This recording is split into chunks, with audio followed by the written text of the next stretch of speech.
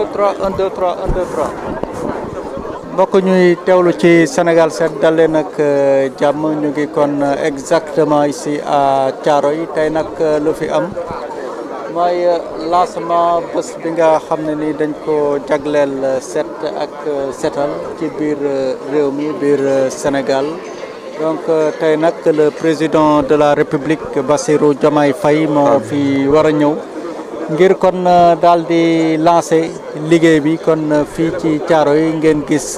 cette mobilisation exceptionnelle bi nga xam ne ni aussi notamment ñu yor cadre de vie ONAS UCG ak même les soldats le camp parce que le camp militaire de Thiaroye soriw fi ñoom ñëpp kon ñu mobiliser wu ngir bokk ci liggéey woowee nga xam ne ni ku ko sumb je le rappelle mooy le président de la République du Sénégal Bassirou Diomaye Faye jëm kon ci set ak setal réew mi moom nag yegseegul xam naa waratul nag sori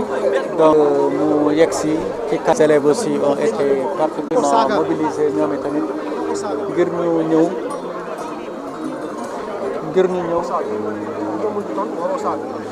ngir ñu ñëw joor seen loxo ci liggéey bi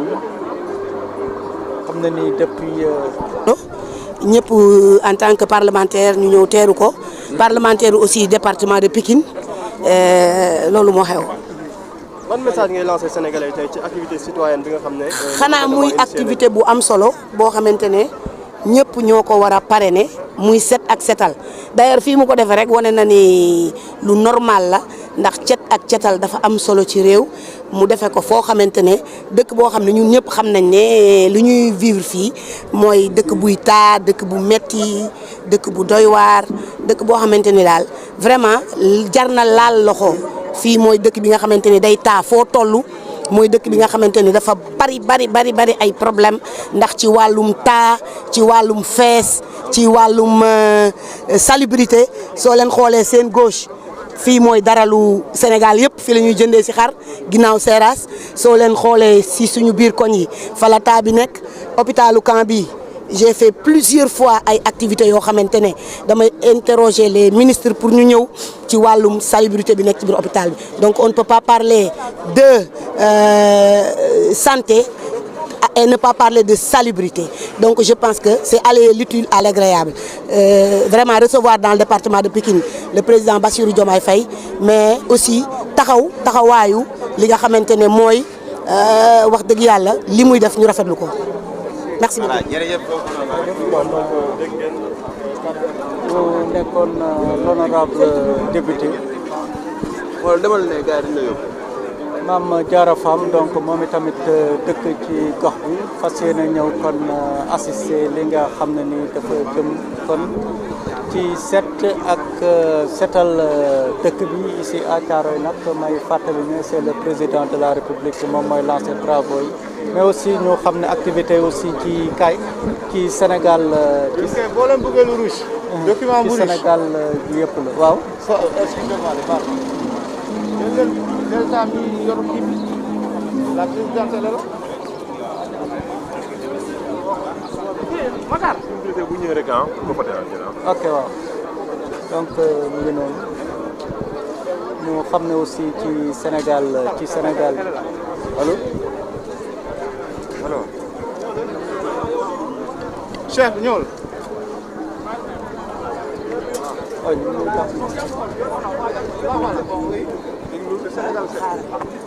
ok madame la directrice. ginnaaw buñ la ginnaaw buñ la nuyoo nga ñëw teewee si ndaje bi. yan kàddu ngañ ci mën a dégg. di leen gërëm di leen sant di wax ne c'est une journée mémorable comme on dit parce que set setal am na fi mais bi yoon dafa tombeel nag mu nekk pré-hivernal ñun man maay PDG yu Delta SA donc di prestataire u ONAS donc depuis mois d'avril la ñu lancé woon le curage préventif donc actuellement dans le curage préventif par exemple on est à plus de 60% donc def nañ ci lu bëree bëri mais comme nii nga xam ne nag président daf si impliqué wu gouvernement bi impliqué wu si vraiment dañu jàppale bu baax a baax a baax ndax dana sensibiliser ba toute la population pour que ñu def yëf yi ndax bu setee ñu ñëpp la setal waaye surtout inondation yi ñu prévenir les inondations loolu lu am importance la donc ñun si côté bi ñu féetee lépp lu ñu ci mën danañ ko def danañ accompagner mais population bi nag a été toujours à nos côtés parce que chaque fois ñuy curer ñoom ñi ngi suñu wet ñu ànd ak ñoom di curer di defar ba yëpp set ba nga xam ne daal yàlla nag moom tawam bu ñëwee ndox mi des fois mu ñëw nu ñëwee noo xam ne ah duñ ci mën dara mais ce qui est clair mooy disposition yi yëpp jël nañu ko pour que ñu mën a arrêter de inondation incha allah cette année. kon xel mën na dalandi ren. xel mën na dalandi parce que moom disposition yi moom wax dëgg yàlla jël nañ ko te teel nañ ko jël waaw tous les réseaux moom vraiment yu ci ëpp actuellement nii curé nañ ko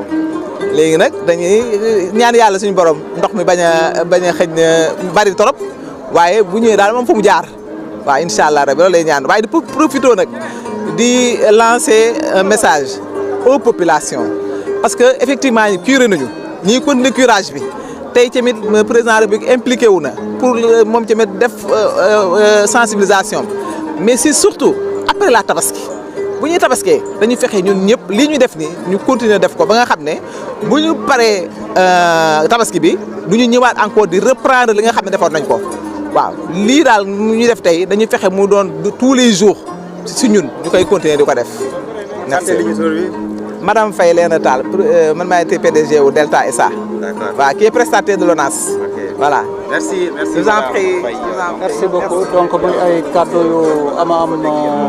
solo parce que aussi tamit xew-xew bi day am ci moment bi nga xam ne ni nawet bi mu ngi waaj a tàmbali li ci des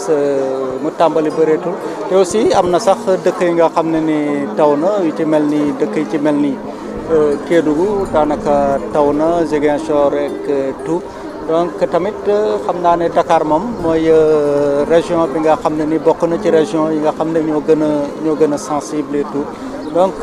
lii nii lu am solo la surtout ci localité bi ñu nekk parce que tamit